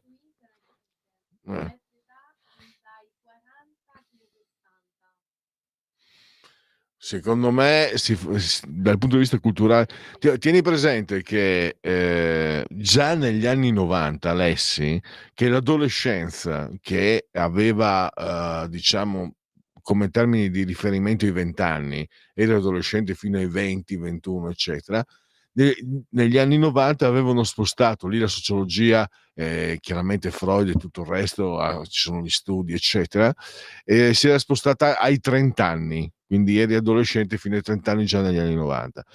Io ti dico che certo, quando avevo 16-17 anni guardavo i trentenni e speravo di morire prima, perché non volevo diventare come i trentenni che vedevo allora. Secondo me non sono diventato come quei trentenni, magari peggio, ma non come loro. Sta di fatto che li vedevo già come maturi, fatti, eccetera, eccetera. Non nel senso cattivo, completi, ecco, dai. Invece adesso un trentenne è uno sbarbatello, e non perché o il doppio degli anni di un trentenne, ma perché un trentenne è ancora molto giovane, quindi dal punto di vista si è spostato, cioè, teniamo presente che all'epoca dei datteri, dalla quale provengo, tanti a 14 anni andavano a lavorare, perché c'era lavoro, ma perché c'era bisogno. Adesso ci sono ragazzi che cominciano a lavorare a 30 anni anche, e quindi si sposta il rapporto con l'esistenza, con le necessità, con la maturità, con la maturazione della persona. Io ho l'impressione che secondo me la mezza età comincia ai 65-70 anni, quando ai miei tempi un signore di 50 anni era un signore di mezza età. Questa allora, ti devo fare, caro ascoltatore, non ti do una risposta, ti do la risposta di Cioran perché te la meriti.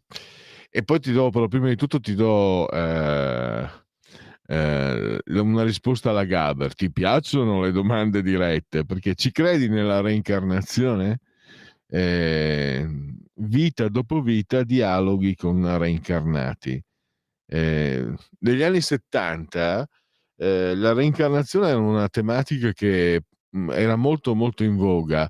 Per esempio mi ricordo uno sceneggiato, allora li chiamavamo sceneggiati, no fiction, con Adolfo Celi e Ugo Pagliai, l'amaro caso della baronessa di Carini, che era era uno sceneggiato serio, e poi però si argomentava di reincarnazione. Negli anni 70 cominciavano ad arrivare anche determinate filosofie orientali, per cui si parlava di reincarnazione in termini non poi. Negli anni successivi se ne parla, non se ne è quasi più parlato, o se se ne parla in termini molto scettici. Invece in quegli anni era un argomento molto all'ordine del giorno. Non ho una risposta. Tante chiacchiere. Poi, in un mondo senza melanconia, gli usignoli si metterebbero a sputare e i gigli aprirebbero un bordello. Cioran. Allora, ancora un messaggio, poi andiamo a Gusmeroli per Qui Parlamento. Io ho sempre vissuto nel futuro, ho fatto un mutuo a 20 anni, a 27. Allora i miei amici gli chiedevo come ti senti a 27 anni, sei vecchio, sei giovane, ma non capisco tutte queste creme per le donne per tenersi giovani. Ho visto i miei due genitori vecchi in agonia, non mi sembra una cosa bellissima per un essere umano, né per un animale. Sempre fedele a Matteo Salvini forever, scrive Stefano del Brembo. Grazie anche a Stefano. Stefano, anche a te dedico una frase di Cioran, e dovrò tirare fuori tutti i volumi che ho nella mia personalissima biblioteca. Nuvole che pensano e che sembrano altrettanto estranee alla terra che al cielo. Ulrich Dahl. Questa è molto enigmatica. Andiamo allora con Qui Parlamento con Alberto Gusmeroli, presidente della Commissione Attività Produttive, nonché sindaco di una cittadina fantastica. Sei mai stata ad Arona, Sveva? A Arona, vicino a Stresa. Perché uno deve dire agli altri quello che devono fare? Secondo me, abitando, credo sia lontano a meno di un'ora, secondo me non andare a Stresa e ad Arona abitando a Milano è un peccato, perché sono posti davvero, davvero magnifici, davvero molto, molto belli. Poi adesso che si sta andando verso la primavera, il lago, uno perché deve farsi i fatti degli altri? Fatti i fatti tuoi, pellegrini. Comunque ecco, io non dico cosa fare agli altri, dico però, lasciatemi dire che Arona è bellissima. La parola a Qui Parlamento. Qui Parlamento. Grazie Presidente, onorevoli colleghe e colleghi, Sottosegretario. Questo disegno di legge integra, migliora la legge 5 marzo 2024 sul mercato dei capitali. Mercato dei capitali che è assolutamente importante per il nostro Paese, un Paese di grandi risparmi, grandi risparmiatori, dove è molto importante il tema di dare liquidità al sistema e questo governo sta facendo del suo molto bene. Un altro provvedimento che dà enorme liquidità al sistema e che è stato più volte citato negli interventi sia in sede di ordine del giorno che in sede di dichiarazioni di voto da voi colleghi è il tema della rateizzazione lunga, che impropriamente viene chiamata rottamazione quinques. Impropriamente viene chiamato, e ho sentito proprio in quest'Aula, condono. In realtà condono non è.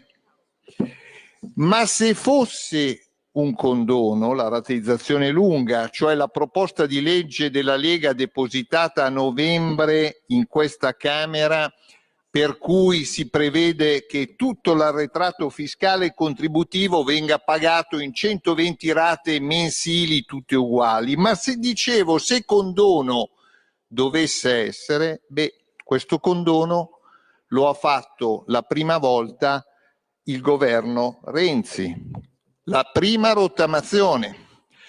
Ma peggior condono l'ha fatto proprio il governo Renzi perché con la rottamazione delle cartelle ha previsto anche il rientro dei capitali dall'estero e allora aveva fatto anche il rientro dei capitali in contanti. Peggior condono? Se condono deve essere, detto che ci sia stato. Ma la seconda rottamazione l'ha fatta il governo Gentiloni, sostenuto da tutta la sinistra, proprio quella che oggi in aula ho sentito inneggiare contro il condono. La terza rottamazione l'ha fatta il Movimento 5 Stelle con la Lega, rottamazione ter. Anche in questo caso si sente inneggiare contro il condono. La quarta rottamazione l'ha fatta il governo di centrodestra, il governo Meloni. Bene, se condono è stato, siamo tutti accomunati. Ma se condono non è stato e non è, allora bisogna dire le cose come stanno. Cioè, se si vuole dare liquidità al sistema, bisogna rateizzare a lungo termine gli arretrati fiscali dei cittadini italiani. E di quanti cittadini italiani parliamo? Parliamo di 23 milioni di cittadini italiani, dipendenti, pensionati, lavoratori autonomi, tutti i tipi di imposte, dalla tassa rifiuti all'IMU, alle multe stradali, all'IRPEF, all'IRES, all'IRAP, ai contributi INPS. Stiamo parlando di 160 milioni di cartelle esattoriali. Stiamo parlando di gente che non ha colpa nel aver dichiarato le imposte e non essere riuscito a pagarle, perché non può essere una colpa avere delle difficoltà economiche nell'arco di una vita. E allora la proposta della Lega di 120 rate mensili tutte uguali si discosta completamente dalle 4 rottamazioni precedenti. Perché? Perché le 4 rottamazioni precedenti prevedevano un anticipo molto forte che impediva la prosecuzione della rottamazione, ma non solo. Se uno riusciva in qualche modo a pagare la rottamazione, non riusciva a pagare le imposte e i contributi dell'anno. Dopo 2 o 3 anni aveva risolto il passato e aveva di nuovo un passato da regolarizzare. Allora lo vogliamo chiudere il passato degli italiani, di 23 milioni di italiani, tutti, e tutti assieme si può fare questa norma decennale? Uno, perché l'avete fatta e l'abbiamo fatta tutti in passato. 2, perché non è nascondere la testa sotto la sabbia che il problema si risolve. perché solo nel 2024 lo Stato non ha incassato imposte, tasse e contributi regolarmente dichiarati dai cittadini per 68 miliardi, almeno 2 finanziarie e mezze. Allora, possiamo accettare che esistano cittadini che fanno fatica e non li aiutiamo? La politica deve fare questo, deve aiutare i cittadini, e proprio i cittadini che fanno fatica. Prima io ho sentito un autorevole esponente della sinistra dire dobbiamo aiutare i cittadini che fanno fatica, e perché i 23 milioni di cittadini alle prese con le cartelle esattoriali non sono cittadini che fanno fatica? Sono cittadini di serie B? Io non credo. Se non incassiamo 68 miliardi dichiarati dai cittadini che non sono riusciti a pagare, vogliamo fare qualcosa?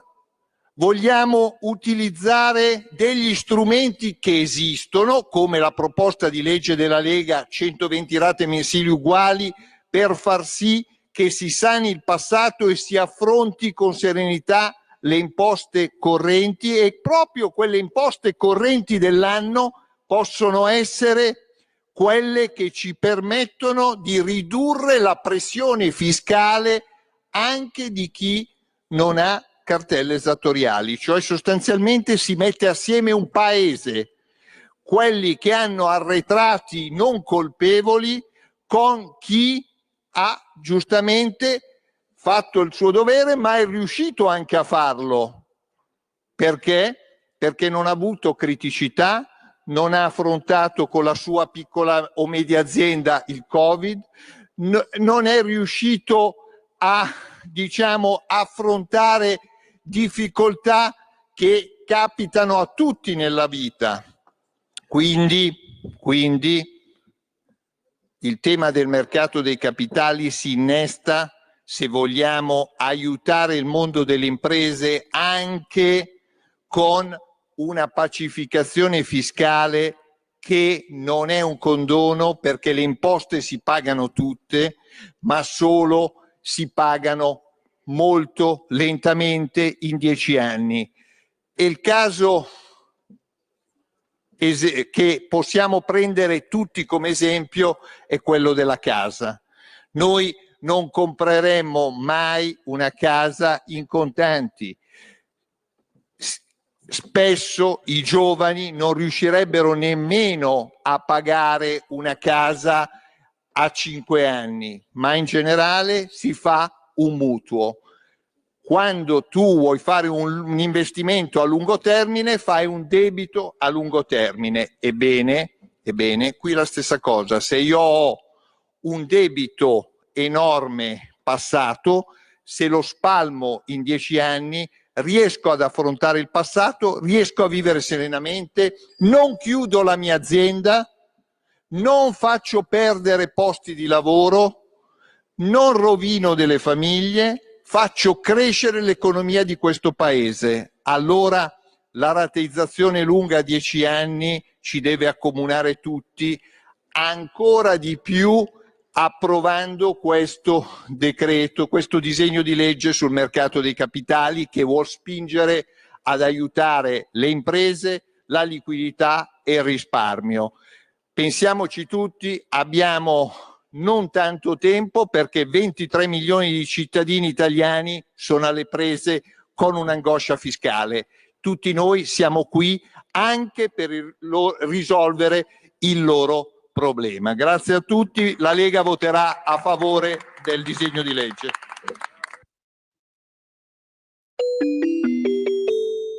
Qui Parlamento.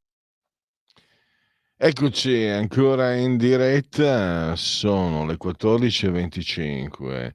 Io direi regaliamoci ancora un Lucio Battisti. Vediamo stavolta di approfittare del Battisti. Se dicessi Battisti bianco, percorrerei strade pericolose dei dischi bianchi. Va bene, fatti un pianto e poi andiamo a concludere con Segui la Lega.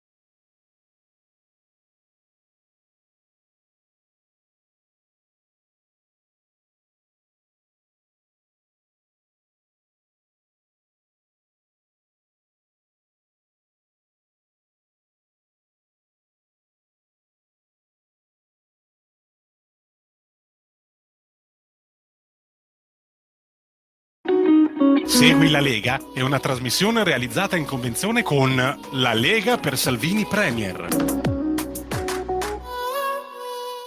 Segui la Lega Azione Lepre. Allora, vi ricordo, legaonline.it è il sito. Dal sito potete firmare per sostenere le forze dell'ordine Vi ricordo anche sabato e domenica 8 e 9 per i gazebo per sostenere la rottamazione delle cartelle, e anche iscriversi alla Lega è molto facile, si bastano 10 euro e poi vi arriva la tessera Lega Salvini Premier. Poi il 2 per 1000, mi raccomando, è una scelta che non vi costa nulla, perché non sono soldi in vostro possesso, li ha lo Stato, ma voi potete dire allo Stato spendili così. Questa è una redazionale della Lega, noi indichiamo veramente con cuor gentile e solare D43 nel vostro 2 per 1000, D di Domodossola, 4 i Cavalieri dell'Apocalisse, 3 il numero perfetto.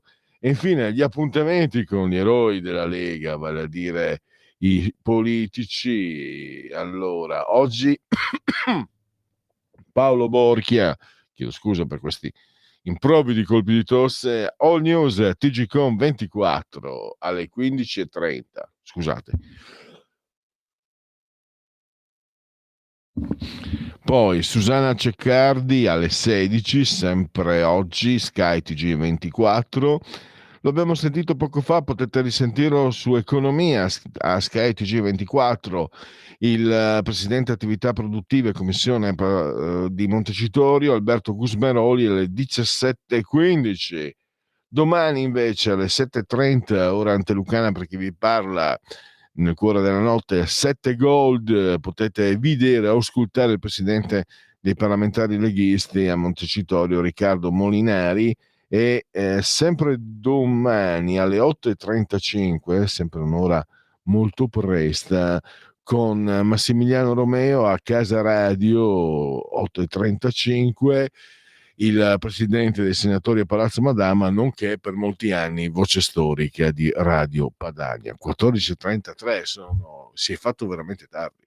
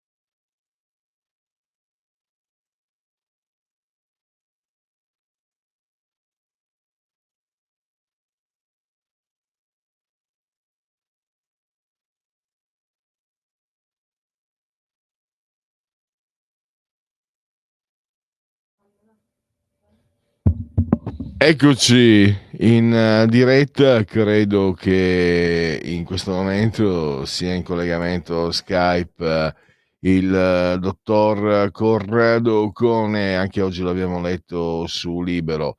Intanto bentornato ai nostri microfoni, dottor Ocone. Pronto, mi sente? Pronto? Vediamo se abbiamo qualche problema di collegamento perché non sento il dottor Ocone. Vediamo se c'è. Allora, solo un attimo di pazienza perché abbiamo qualche problema tecnico. Nel caso mi stesse sentendo, lo comunico anche al dottor Ocone, qualche istante per superare un impasse dovuto ai nostri impianti tecnici che a quanto pare si sono sovraccaricati, se non sbaglio. Me ne scuso anche con i nostri ottimi radio teleascoltatori, perché lo sapete, potete seguirci anche dal digitale televisivo terrestre, il canale 252. Vediamo se Sveva mi comunica nuove novità. Dai che ti metto ansia. Dai. Allora, muoviti, avanti. Allora, nessun problema, state tranquilli e state dove volete intanto, ma se restate lì sentirete delle considerazioni molto interessanti sulla situazione, sul quadro europeo odierno, attuale. Ieri c'è stato questo ritorno di fiamma, l'ho definito io, lo scandalo del Watergate, però certo io non sono garantista, alla mia età posso permettermi di non esserlo e provo un gusto enorme nel vedere la sinistra europea coinvolta in uno scandalaccio osceno, perché hanno favorito, ci sono state anche delle sentenze, hanno favorito uno Stato che non è l'esempio della democrazia come il Qatar. Quindi questi signori della bacchetta rossa che impartiscono lezioni a destra e manca, a vederli lì provo un gran piacere. Come cittadino, come giornalista è un altro discorso. Intanto vediamo come va a finire. Ma invece nel quadro complessivo quello che importa è capire lo stato di salute dell'Europa. Al di là di Bruxelles, che noi non amiamo, quante volte io ho detto io sono europeo, amo l'Europa, è Bruxelles che non è Europa, è Bruxelles che non amo l'Europa. Sveva, non so se mi sente? Allora sto chiacchierando per nulla. A lei la parola, dottor Ocone, grazie per essere qui con noi. Ma lo Stato, ecco, adesso non si sente più, sentivo un eco. Lo Stato dell'Europa, lo Stato dell'Europa secondo me è tragico, oserei dire, per tutta una serie di motivi molto facili da intuire. Allora, prima di tutto, l'Europa, intesa come Unione Europea, si è trovata spiazzata dalle azioni di Trump. Si è trovata completamente spiazzata perché sostanzialmente Trump si può avere qualsiasi giudizio ovviamente sul suo operato, però Trump sostanzialmente ha squarciato tutto il velo di ipocrisia che in qualche modo regolava i rapporti sia fra l'Unione Europea e gli Stati Uniti, sia all'interno della stessa Unione Europea. E prima di tutto, insomma, l'Unione Europea si è fatta sempre un po', come posso dire, in modo gradasso, in qualche modo si è posta come una potenza, ma sostanzialmente ha vissuto in tutto questo periodo un po' a sbafo degli Stati Uniti. Non solo non ha avuto un esercito, non ha coltivato l'innovazione, non ha un esercito adeguato, ma anche sostanzialmente gli europei si sono potuti permettere il lusso di diventare, come posso dire, molli attraverso le ideologie pacifiste, woke, eccetera. Questa diciamo, fatto sostanzialmente costituisce in primis il vero declino dell'Europa, perché è come se ci fossimo dimenticato, come se gli europei si fossero dimenticati che la storia è sostanzialmente fatta di rapporti di forza, non può essere fatta di procedure, di regole astratte, non può essere fatta, e quindi sostanzialmente quello che forse l'America non ha mai dimenticato è che dietro la libertà, le opportunità che come nazione è garantita, c'era una potenza che insomma le sorreggeva. Invece l'Europa sostanzialmente si è cullata nella idea di poter vincere le guerre mondiali con il soft power, come suol dirsi. E all'improvviso l'Europa si è risvegliata perché l'ha messa di fronte alla dura realtà Trump. Però anche in questo da questo punto di vista sono cadute tante ipocrisie. Tutto l'ipocrisia di un'Europa dove tutti gli stati, 27 per la precisione, sono uguali, tutto è basato su una coesione. Questa coesione non c'è all'interno dell'Europa e soprattutto l'Europa si è sempre basata su dei rapporti di forza. Spesse volte hanno penalizzato l'Italia in passato, hanno penalizzato l'Italia sia perché l'Italia non ha saputo, non ha saputo negoziare, ma anche perché in Italia, diciamo, questa ideologia europeista, umanitaria, democraticista, eccetera, questo non tener conto dei rapporti di forza, in qualche modo è stata fatta proprio anche da alcune elite, o delle elite influenti sul processo europeo. Quindi mentre sostanzialmente gli altri paesi avevano due ambiti, un ambito pubblico in cui dicevano di ispirarsi ai più nobili valori, ma l'altro curavano i propri interessi, l'Italia si è un po' non ha curato fino in fondo in passato in diverse occasioni i propri interessi e quindi soprattutto diciamo si è mascherato il fatto, come dicevo, che ci sono stati in Europa stati di serie A e di serie B. E quindi sostanzialmente l'Unione Europea come istituzione, lo abbiamo sempre detto, ha un forte deficit democratico, ma questo deficit democratico è stato supplito appunto dal cosiddetto motore franco-tedesco. E quindi l'Europa si è trovata spiazzata perché appunto a quel punto si è mossa la Francia, lo ha fatto insieme alla Gran Bretagna che teoricamente dovrebbe stare fuori dalla UE, dall'Unione Europea, e invece ha assunto insieme alla Francia un ruolo di primo piano, diciamo a nome di tutta l'Europa. Pure agli incontri di Parigi e di Londra stati sono stati inviati, altri no, quindi tutte le procedure con le quali venivano crocifissi i cosiddetti sovranisti, perché secondo gli europeisti non rispettavano queste procedure, tutte le procedure all'improvviso sono saltate, come se nulla fosse. Quindi il che significa che anche prima non erano altro che un abito retorico per coprire il fatto che l'Unione Europea in quanto tale come, non esisteva il modo in cui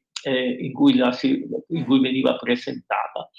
Quindi una grande operazione di verità, di un bagno nella realtà e quindi anche un bagno di realismo politico, perché adesso l'altro giorno sono state abolite, mi sembra, le multe per chi dal 2025 in poi non si adegua con le macchine, ma il prossimo passo è che sarà abolito proprio il New Green Deal, ne sono sicuro questo, perché è talmente evidente quello che poi i cosiddetti sovranisti hanno sempre detto, cioè i populisti, i sovranisti, tutte le persone che non stavano. È evidente che l'Europa insomma significa il suicidio seguire quella politica delineata in maniera così rigida delle Green Deal. È un dottor suicidio Ottone, soprattutto in un mi momento in perdoni, cui mi perdoni se la nessuno può interrompo. dare, l'Europa non può dare esempi, perché sono ritornati i rapporti di forza, anzi i rapporti di forza dal mondo non sono mai scomparsi, ma adesso è evidente che il nostro rischio è di rimanere schiacciati fra Cina, Russia e gli Stati Uniti. Diceva, scusi? Pronto? Sì, Pronto? aveva fatto Sì, una la domanda? interrompo perché volevo chiederle. Sì. Come siamo arrivati a questo? Perché io ricordo bene che non era prerogativa degli euroscettici, era prerogativa anche di autorevoli pensatori di sinistra. Siamo negli anni 90, guerra dei Balcani, e tu leggevi articoli dove si denunciava la inadeguatezza, la debolezza dell'Europa. Quante volte leggevo autorevoli giornalisti, opinionisti dire dov'è l'Europa, l'intervento ONU, che poi era l'intervento degli Stati Uniti in Kosovo, significa che l'Europa non c'è, significa che è inadeguata, significa che non va bene. Quindi queste cose c'era già chi le diceva al di fuori anche dell'agone politico che può creare contrapposizioni. Chi lo osservava, sono convinto che ci fosse anche lei 27, 28, 30 anni fa a dirlo. Assolutamente ha ragione, è vero quello che lei dice. Ciò nonostante, voglio dire, non erano censurate o nascoste, no? Perché adesso euroscettico l'hanno fatto diventare un insulto. Ecco, qui quella volta non era proprio così, eppure siamo arrivati a questo, siamo arrivati, lei ha detto proprio, ha avuto un incipit che non lascia molto spazio, diciamo, alle alternative. L'Europa sta andando a rotoli. Sì, ma le dico, allora, il cosiddetto euroscetticismo, come dice lei, aveva vigore già negli anni '80, basta leggersi le cose che scriveva da una parte Margaret Thatcher, però su Margaret Thatcher si potrebbe dire che l'eccezionalità inglese, gli inglesi che non si sono mai sentiti più, però a parte Margaret Thatcher le scriveva pure un liberale diciamo di sinistra come Ralph Dahrendorf, che tra l'altro era stato commissario europeo e che in alcuni articoli pubblicati persino in libro, anche in traduzione italiana, si definiva un euroscettico, perché appunto vedeva tutti quei rischi di una Unione Europea costruita in quel modo a cui andava incontro, insomma. E quindi sì, il problema fondamentale è che quando le idee poi diventano interessi, ed è questo secondo me che è successo, cioè quando dietro a delle idee si muovono interessi concreti, potere, interessi di potere, interessi economici, eccetera, eccetera.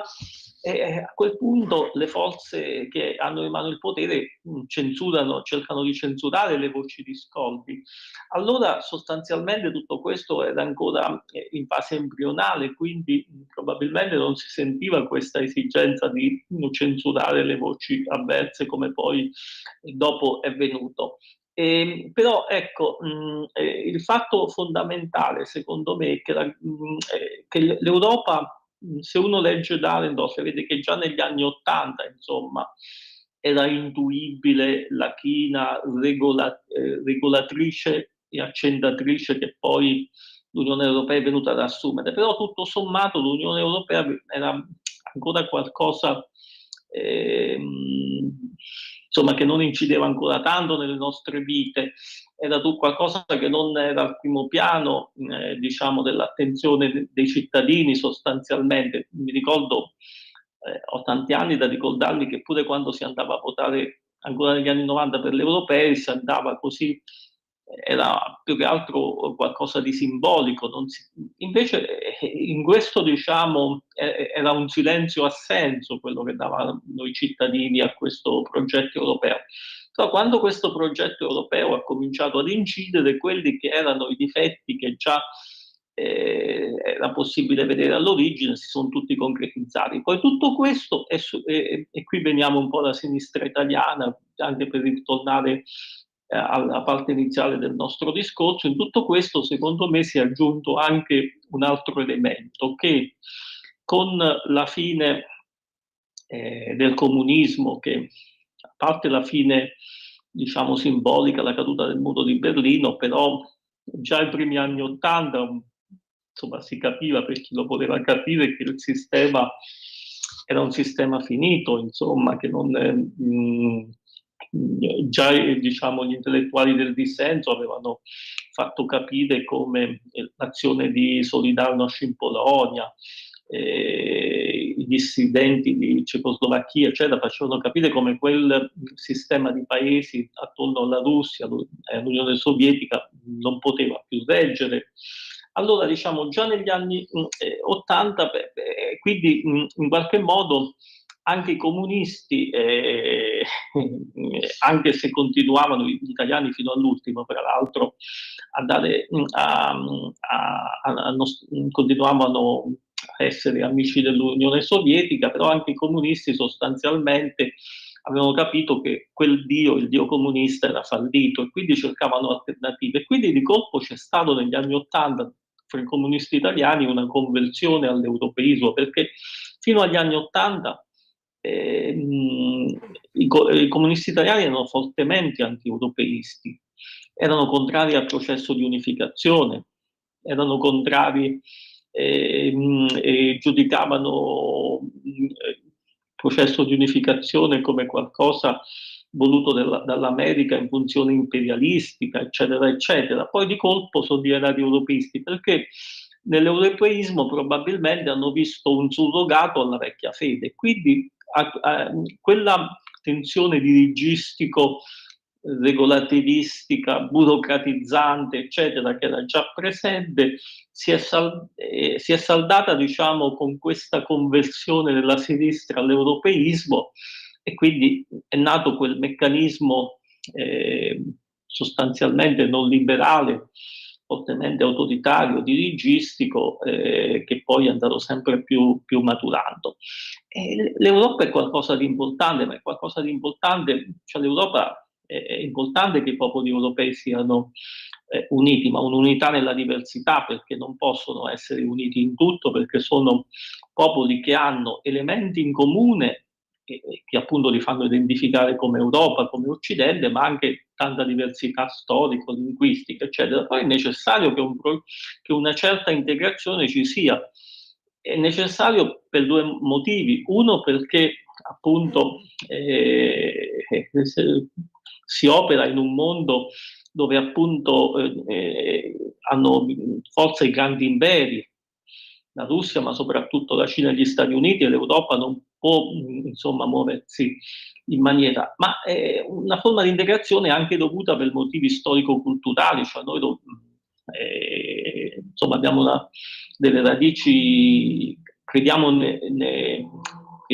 diciamo, nei diritti dell'individuo, crediamo nella libertà di espressione, tutti i valori che ci sono cari e che in qualche modo dobbiamo difendere. Però questa forma di integrazione, secondo me, non la si può cercare contro l'America, ma la si deve cercare insieme all'America, per tanti motivi, appunto perché noi abbiamo accumulato tanti di quei ritardi nell'innovazione, eccetera, che non possiamo insomma dire che siamo una grande potenza, che potremmo esserlo, non lo saremo più molto facilmente, quindi abbiamo bisogno di appoggiarci a qualcuno, e a chi se non all'America. E soprattutto questo processo lo si deve fare in una maniera che rispetti le differenze, le diversità dei popoli europei. Quindi si deve cercare unità appunto sui valori ultimi, unità sul controllo dei confini, che è molto importante. Si deve cercare unità sulla creazione di una difesa comune, ma in supporto alla difesa euroatlantica sostanzialmente, certo, ma non si può cercare una unità negli stili di vita, nei comportamenti, nei consumi, oppure nei progetti insomma, diciamo, ad essere buoni, utopistici del Green Deal o di cose simili. Ecco, abbiamo concluso, abbiamo esaurito lo spazio, dottor Occone. Grazie ancora a Corrado Occone, lo leggiamo sempre su Libero e lo ascoltiamo qui a Radio Libertà. A risentirci a presto. Grazie, buongiorno. Allora, siamo alla conclusione di questo Oltre la pagina odierno. Vediamo, c'erano... Io non voglio tirar fuori un centesimo delle mie tasse per finanziare un esercito europeo e chiedo ai nostri politici di maggioranza di indire un referendum sulla questione. Il nostro governo ha l'occasione di mettere finalmente a zerbino la Francia, la Germania, l'Olanda e l'Inghilterra. Lo faccia in onore del nostro orgoglio patriottico. In questa maniera si mette in difficoltà la signora Ursula e speriamo che cada quest'ultima. Grazie, viva l'Italia. Questo è un messaggio. Diamo una risposta a Cioran. Se potessi divenire una fontana di lacrime nelle mani di Dio, che io mi lamenti in lui e lui in me. Chiuso, basta, stop. Grazie a Sveva, fantasticamente sulla tolla di comando in regia tecnica, e grazie a tutti voi per aver scelto anche oggi Radio Libertà. Miau!